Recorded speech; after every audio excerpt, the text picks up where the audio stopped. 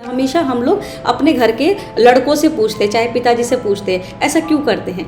जब पूरा परिवार हम पे डिपेंड होता है बट स्टिल हम क्या करते हैं, पैसों को जो कहीं जमा करना, कहीं खर्चा करना, तो हम हमेशा से अपने परिवार के मेन लोगों पे हम डिपेंड हो जाते हैं। क्या आप जानते हैं, हमारा पूरा परिवार, जब आप किसी फैमिली में रहते हैं तो हमारा जो पूरा परिवार होता है वो मम्मी, दादी, रानी यानी फीमेल्स पे डिपेंडेंट रहता है, क्योंकि हमें पता है कि वो बहुत अच्छे से घर चला लेती हैं, वो बहुत अच्छे से बच्चे संभाल लेती है, वो हमें भी संभाल लेती है, वो बड़े हमारे फादर को भी संभाल लेती है, एक तरह से वो पूरा घर संभाल लेती है। लेकिन जब रही बात कि खुद के पैसे को संभालने की, तो वो हमेशा डिपेंड हो जाती है।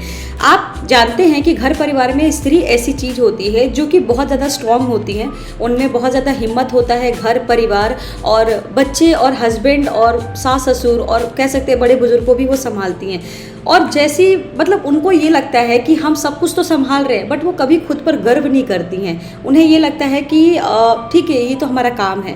यानी मदर और बहनें, और जो मैं फीमेल्स की बात करूँ जो आपके घर में रहते हैं, उन्हें लगता है कि जो वो कर रही हैं वो उनका एक काम है, तो इसलिए कभी वो उस काम पे गौर नहीं करती कि वो कितनी सारी चीज़ें संभालती हैं।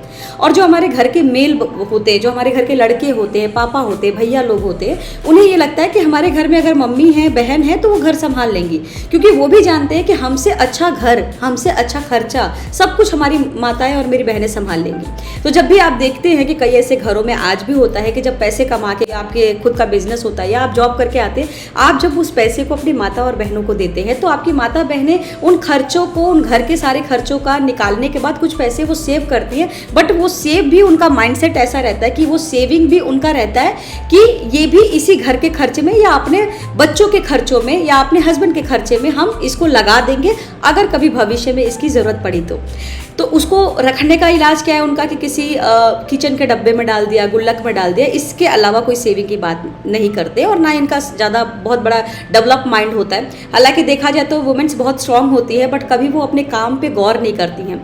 अब रही बात पैसों को इन्वेस्ट करने की, क्योंकि आज के टाइम पे वुमेन्स जो है, महिलाएं इंडिपेंडेंट हो रही हैं, अपने आप के लिए स्वतंत्र हो रही हैं और अपने लिए भी चीज़ें कर रही हैं, और खुद की सेविंग करती हैं, खुद के लिए काम करती हैं, खुद को जो खरीदना होता है उसके लिए वो पैसे गेन करती हैं। तो जब बात आती है सेविंग की ना, तो हमेशा से अपने बड़ों के लिए पूछते हैं, मैं करना होता है या कहीं सेविंग करना होता है, तो हम हैं जो कि हमें अपने आप को इंडिपेंडेंट सोचना चाहिए। हम ऑलरेडी इतने इंडिपेंडेंट हैं कि हम हर चीज़ कर सकते हैं।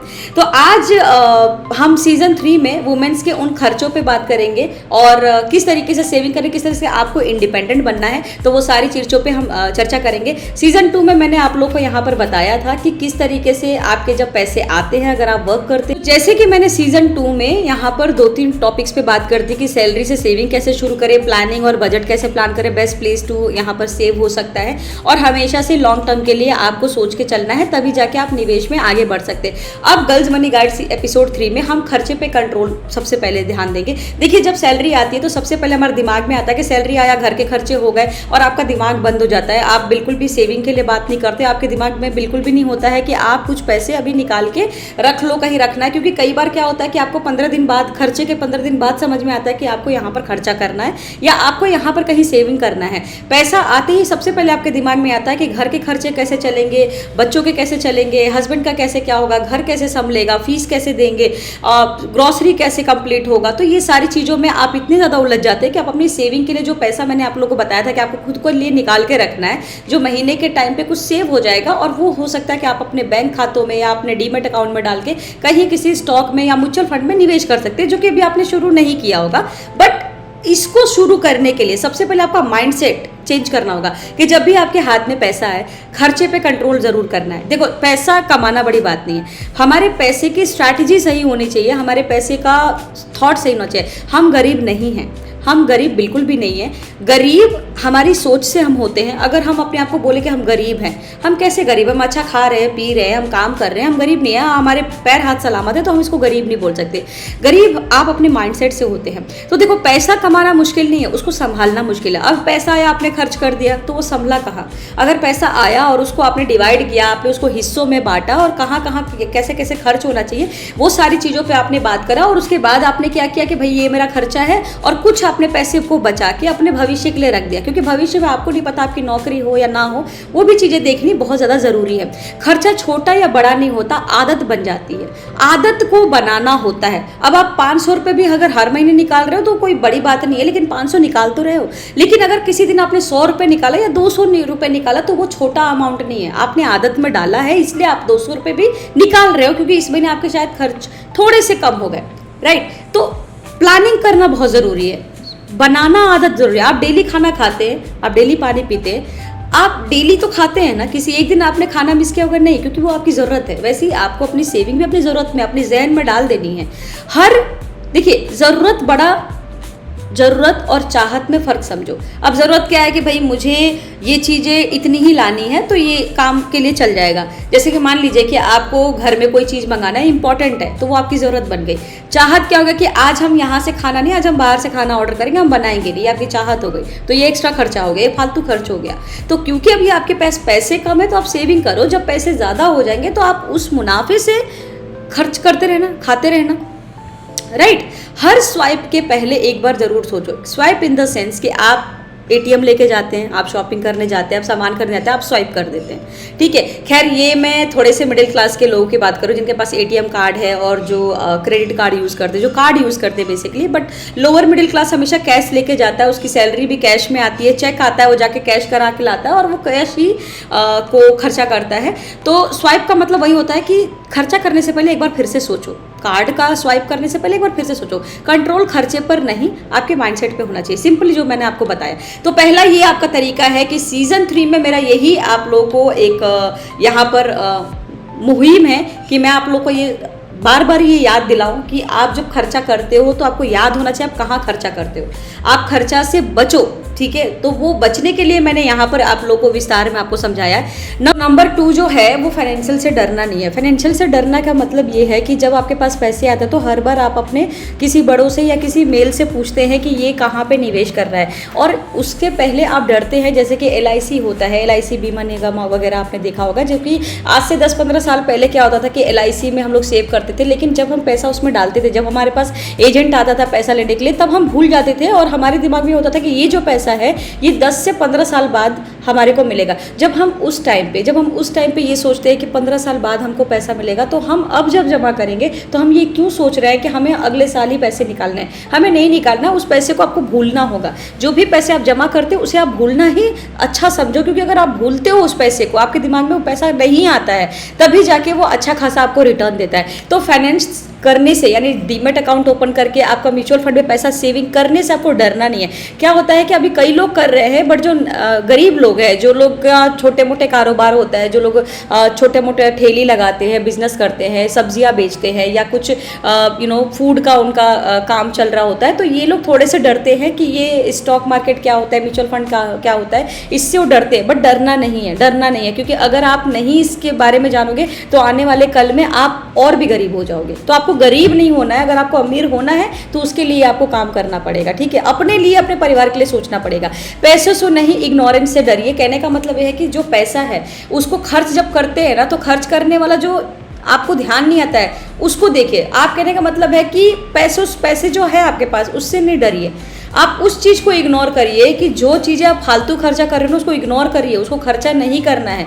तो आप ट्राई करो कि जब भी कोई फालतू खर्चा करना जाए तो हमेशा आपका ध्यान रहे कि ये खर्चा नहीं करना है और उस काम को इग्नोर करना होगा। चाहे घूमने वाला काम हो, चाहे आपका फालतू खाने वाला काम हो, उसको इग्नोर करिए, राइट। फाइनेंस मुश्किल नहीं है, बस शुरू करना ज़रूरी है। तो आपको मुश्किल नहीं है, इसको शुरू करिए और ये आपको आने वाले कल में बहुत ही अच्छा प्रॉफिट ही ला के देगा। गलती से सीखिए, लेकिन रुकना नहीं है कि इन द सेंस कि आप कहीं पर पैसा जमा कर रहे हो, 100 रुपये, 200, 500, जो भी आपका थॉट है। क्योंकि अगर डेली वर्कर्स होते तो डेली वर्करों में क्या होता है कि वो डेली का दिहाड़ी उनको मिलता है 1500 के आसपास मिलता है, मान लीजिए, अगर उसने ज़्यादा कर लिया। लेकिन अगर मिनिमम दिहाड़ी की बात करें तो 500 से 700 के बीच में मिलता है। अगर 700 भी अगर आप डेली दिहाड़ी पे काम करके ला रहे हैं तो आपका डेली का राशन पानी का भी निकाल के आपका 200 से ज़्यादा खर्चा होगा नहीं, ठीक है। तो आप फिर भी अगर डेली का देखें तो 300-400 रुपये बचा रहे हो। 100 रुपये की बात करें तो 30 दिन में आपके 3000 होते हैं। अगर आप 300 रुपये भी बचा लेते हो तो आपके वो 9,000 रुपये कहीं नहीं गए महीने के, तो 9,000 रुपये में से अगर मैंने 3,000 रुपये कहीं जमा कर दिया और सिर्फ 10 साल के लिए जमा कर दिया, तो पता कितना अच्छा रिफंड देगा, कितना अच्छा रिफंड देगा। आप उसको रिफंड बोलिए, रिवॉर्ड बोलिए, या आपकी मेहनत का फल बोलिए, ये या रिजल्ट बोलिए कि मेहनत का आपको फल मिला है, मैं बता नहीं सकती कितना मिलेगा आपको। तो वीडियो को मैं एंड में ये सारी चीज़ें बताऊंगी कि कैसे कैलकुलेशन होता है और कौन सा फंड आपके लिए बेस्ट रहेगा। रिस्क फ्री में जाना है या रिस्क में जाना है, तो रिस्क फ्री में ही जाना है, बट कैसे आप सर्च करेंगे वो मैं इस डीमेट अकाउंट से आपको पूरा बताऊंगी, ठीक है। तो ये सेकंड पॉइंट रहेगा हमारा, और जितनी जल्दी सीखोगे उतनी जल्दी आप ग्रो करोगे। कहने का मतलब आज निवेश करिए, 2026 में निवेश करोगे, 2 साल बाद अपने फंड को देखिएगा, देखिए वो बढ़ गया होगा। लेकिन अगर आप 2028 में निवेश करोगे तो फंड बढ़ा हुआ नहीं मिलेगा, आपके अंदर फिर से वही चिंता होगी। नंबर 3 रहेगा your money depend on others. कहने का मतलब है मेरी जितनी भी फीमेल्स हमारी महिलाएं हैं जो हमारे भारत में रहती हैं, उनका सोच विचार क्या होता है कि वो घर बार सब कुछ संभाल लेती हैं, लेकिन जब रही बात पैसे जमा करने की, कहीं सेविंग करने की, तो वो हमेशा से अपने मेल पर डिपेंड हो जाती है, अपने हस्बैंड पे, बच्चों पे और भाई बहनों पर डिपेंड हो जाती है। जब आप घर का इतना सब कुछ संभाल लेते हैं तो आप ये क्यों नहीं सीख सकती? अगर आप मोबाइल चलाना सीख सकती हैं तो आप ये भी चलाना सीख सकती हैं। बहुत सिंपल है, आपको डीमेट अकाउंट का लिंक जो है मेरे वीडियो के डिस्क्रिप्शन बॉक्स में, वहां से क्लिक करिए, वहां से जाके डाउनलोड करिए, डाउनलोड करके फ्री में डाउनलोड करिए। इस तरीके से डैशबोर्ड आएगा, इस तरीके से प्लेटफॉर्म खुल जाएगा। आपको क्या करना है, म्यूचुअल फंड वाले में सेलेक्ट करना है। आप ऐसे जाएंगे तो इस तरीके से आएगा, ऐसे डैशबोर्ड आएगा, ऐसे आपको इस पे जाना है, म्यूचुअल फंड पे क्लिक करना है, इस तरीके से डैशबोर्ड आ जाएगा। म्यूचुअल फंड पे जाने के बाद बहुत सारे यहाँ पर फंड की कैटेगरी आ जाएगी, आप कोई भी फंड इसमें से चूज करिए। इनमें से आप कोई भी फंड चूज करोगे, ये फंड आपको बहुत अच्छा खासा रिटर्न दे सकता है। जो ज़्यादा रिटर्न दे आप उसमें निवेश कर लीजिए। बहुत बड़ा ये रॉकेट साइंस नहीं, आराम से कर सकते हो। पैसा तुम कमाते हो लेकिन कंट्रोल किसका है?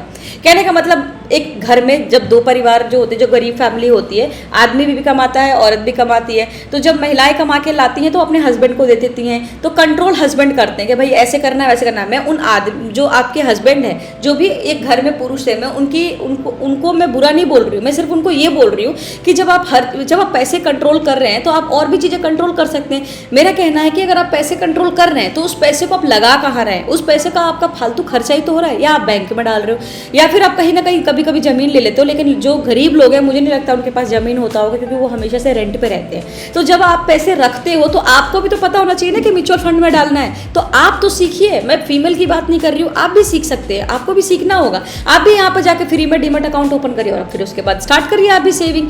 आप सीखेंगे तो अपनी वाइफ को सिखाएंगे, अपने बच्चों को सिखाएंगे, तो वो भी सीखेंगे। तभी तो जाके आपके घर में आने वाले कल में लोग, बच्चे फाइनेंस के बारे में सीखेंगे, पैसे को कैसे सेव करना है, कहाँ करना है, उसके बारे में जानेंगे। जब आप ही नहीं सीखेंगे तो फिर आने वाला कल आपका कैसा होगा? आपका आने वाला कल कैसा होगा? अपने आने वाले कल तो सोचिए। तो मैं महिलाओं की बात नहीं कर रही, मैं उन पुरुष की भी बात कर रही हूँ जो पैसे को कमा के बैंक में डाल देते हैं, गुल्लक में डाल देते हैं। ऐसा नहीं होता, आप म्यूचुअल फंड में डालिए, बहुत अच्छा खासा सेव हो जाता है। 3-4 साल 5 साल बाद देखिएगा वही फंड आपके बहुत ज़्यादा अच्छे रिटर्न देते हैं। मैं अभी कैलकुलेट करके वीडियो के एंड में बताऊँगी, तो वीडियो के एंड तक बने रहिए। और अगर आप मेरे चैनल पर यहाँ पर नए हैं और अभी भी आप यहाँ पर आए हैं और आप मेरा वीडियो देख रहे हैं, तो प्लीज़ वीडियो को एक लाइक कर दीजिए। किसी एक के साथ ज़रूर शेयर करिए जो गरीब परिवार से है, जिसे कुछ नहीं पता है, तो वो ये सीख सकता है। और चैनल को ज़रूर सब्सक्राइब करें ताकि जब भी मैं नई वीडियो डालूँ तो आप तक पहुँचे। घर वाले डिसाइड करते, तुम फॉलो करते हो। तो महिलाओं को भी मैं बोलूँगी, अगर आपके हस्बैंड नहीं करते तो आप जो है डिसाइड करिए, आप ही उनको बोलिए कि आप भी सेविंग करो। तो अगर महिलाएं घर का सारा कुछ कर सकती तो वो फाइनेंशियली भी अपने आप को इंडिपेंडेंट बना सकती हैं, पैसे भी जोड़ सकती हैं और अपने हस्बैंड को भी पैसा जोड़ना सिखा सकती हैं, राइट। और अपने बच्चों को भी पैसा जोड़ना सिखा सकती हैं, राइट। तो अब ये चीज़ें बहुत ज़रूरी है। तो फाइनेंशियल फ्रीडम तभी आएगी जब आप प्लानिंग करेंगे। आप फ्री तब होगे पैसों से जब आपको लगेगा कि अरे मेरे पास बहुत सारे पैसे हैं। वो तब होगा जब आप प्लान करेंगे अपने पैसों को हिसाब से और खुद से करना सीखिए, ठीक है। अब चौथा पॉइंट हमारा रहेगा कि फर्स्ट इन्वेस्टमेंट गुल्लक है या डीमेट है। देखो, पहला तो ये है कि अगर आपको कुछ भी नहीं आता तो आप गुल्लक से सेव करिए। गुल्लक में पैसा तो नहीं बढ़ेगा, लेकिन एक इमरजेंसी फंड जरूर हो सकता है। तो जैसे कि मैंने आपको बताया कि आप डेली का 700 या 600 रुपये कमाते हो, 200-250 रुपये खर्चा निकाल दो अपने आने जाने का, अपने खाने पीने का। जो 200 रुपये आप डेली जोड़ते हो, तो हर महीने के हिसाब से अगर आपके पास 5,000 रुपये आ गया तो आप एक काम कर सकते हैं कि 5,000 में से 1,000 रुपये गुल्लक में छोड़ दो, जो कि इमरजेंसी फंड होगा, और बाकी का पैसों को आप जमा करो। अब जमा कहाँ करना है वो मैं आपको यहाँ पर बता देती हूँ। तो जमा करने के लिए सबसे पहले म्यूचुअल फंड पे यहाँ पे क्लिक करेंगे तो यहाँ बहुत सारे म्यूचुअल फंड है। तो आपको कौन सा म्यूचुअल फंड देना है जिसमें रिस्क कम हो। तो जैसे मान लीजिए लार्ज कैप रिस्क कम होता है, और लार्ज एंड मिड कैप भी रिस्क कम होता है, फ्लेक्सी कैप में भी ठीक ठाक होता है, कम होता है, मल्टी कैप भी कम होता है, ठीक है। तो मान लीजिए मैंने एक मल्टी कैप चुना है, ठीक है, कोई भी फंड आप चुन लो। आप जब फंड चुनते हो तो हमेशा से ये 3 साल आपको मैं यहाँ पर दिखा देती हूँ, ये जो 3 साल दिख रहा है ना, ये 3 साल, ये जरूर देख लेना। 3 साल यानी 3 साल का रिटर्न ये इतना दे रहा है। अब मान लीजिए ये मल्टी कैप है, कोटेक का है, 3 साल में इतना रिटर्न दे रहा है, यानी कि 24% का अगर ये रिटर्न दे रहा है एक 3 साल के हिसाब से, तो हर साल भी इसी के आसपास देता होगा। तो हम एक काम करते, एक छोटा सा कैलकुलेशन लगाते। अब जैसे कि आपने पैसा कितना बचाया, आपने 200 के हिसाब से आपके तो फिर महीने के बच गए 6,000 रुपये। तो 6,000 में से आप 4,000 बस जमा करिए, SIP करिए, इसको SIP बोलते हैं। अब 4,000 रुपये मैंने यहाँ पर डाल दिया। अब देखते हैं, मैं 10 साल के लिए यहाँ पर 4,000 रुपये डाल रही हूँ और मैं रिटर्न यहाँ पर डालती हूँ, क्योंकि उसमें 24% था तो मैं भी 24% सालाना ब्याज डालूंगी और मैं यहाँ पे कैलकुलेट करूँगी। ये देखो आपके 20 लाख कहीं नहीं गए, 20 लाख रुपए हो गए आपके 4,000 के निवेश से सिर्फ 10 साल में। आप इससे ज़मीन भी ले सकते हैं। आपने कितना जमा किया, आपने थोड़ी सी कम खा के ना, आपने अपनी गरीबी का 2 रोटी में से 1 रोटी खा के आपने जो पैसे बोलते हैं ना, पेट काट काट के अपने पैसे को बचाया है। तो जो पेट काट काट के आपने ये 4,80,000 रुपये बचाया है ना, उसका इतना बड़ा आपको फल मिलता है जमा करने से, पैसा जमा करने से। मैं अपने घर में भी सबको समझाती हूँ और मैं चाहती हूँ कि मैं भारत के, कम से कम भारत के वो हर गरीब महिलाएं मेरी वीडियो को देखें और सेव करना सीखें, ताकि वो आने वाले कल में 5 साल 20 साल बाद, अब जो भी अभी तो उसका शरीर चल रहा है, काम कर रही है, पर 20 साल बाद या 15 साल बाद हो सकता है उसको काम करने का इच्छा ना हो, उसका मन ना हो, तो उसके पास पैसा है ना, वो कभी भी निकाल सकती है, ठीक है। तो मैं उनके लिए एक मैं ये वीडियोस बना रही हूँ, क्योंकि हमारे भारत में महिलाओं को पैसों के जमा करने बनना फाइनेंस के बारे में कुछ सिखाया नहीं गया। हालांकि हमें भी नहीं सिखाया गया था हमारे स्कूल में। अगर स्कूल में ही हमें पढ़ाना सिखा दें तो हम बहुत कुछ सीख जाएंगे। तो 20 लाख रुपए आपके पास 10 साल में आएंगे। अगर आप यही गुल्लक में छोड़ दोगे 10 साल के लिए तो वो इतने के इतने ही रहेंगे। तो वो नहीं करना है, इसलिए निवेश ऐसे ही करना है। तो यही मेरा आपको यहाँ पर बताना था। और गर्ल्स मनी गाइड सीजन 3 का मुझे ये सारी चीज़ें आपको एक्सप्लेन करना था। एक नया थॉट के साथ मैं आई थी यहाँ पर आपको बताने की भाई देखो, इस तरीके से आप शुरुआत कर सकती हैं। हम जानते हैं आप पढ़ी लिखी नहीं है, बट थोड़ा बहुत भी अगर आप अपने फ्रेंड्स का या पड़ोसी की या कोई पढ़े लिखे आपके बच्चे पढ़ रहे हो उसके सपोर्ट से आप ये ओपन कर सकती हैं। और कुछ भी नहीं समझ में आए तो मैं तो इतना अच्छा वीडियो बना रही हूँ आप लोगों को दिखाने के लिए, आप यहाँ से सीख सकती हैं। छोटी सी से शुरुआत कर सकती हैं, ठीक है। बहुत बड़ा आपका यहाँ पर असर पड़ेगा। 100 रुपये से भी शुरू कर सकती हैं। खर्चा नहीं करना है, गुल्लक में जमा करिए अपने इमरजेंसी फंड को, और डीमेट अकाउंट में ऑनलाइन अपना म्यूचुअल फंड में जमा करिए अपने भविष्य के लिए।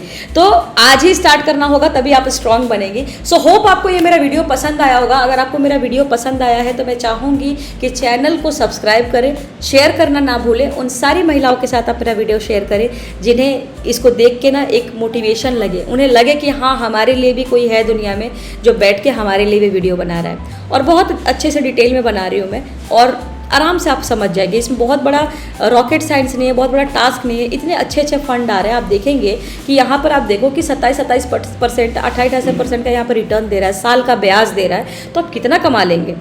चल मिलते हैं नेक्स्ट वीडियो में। सीजन 4 में मिलेंगे कुछ नई और इंटरेस्टिंग म्यूचुअल फंड के साथ और सारे विचारों के साथ। तब तक के लिए खुश रहिए, सेफ रहिए और हंसते रहिए। बहुत बहुत धन्यवाद।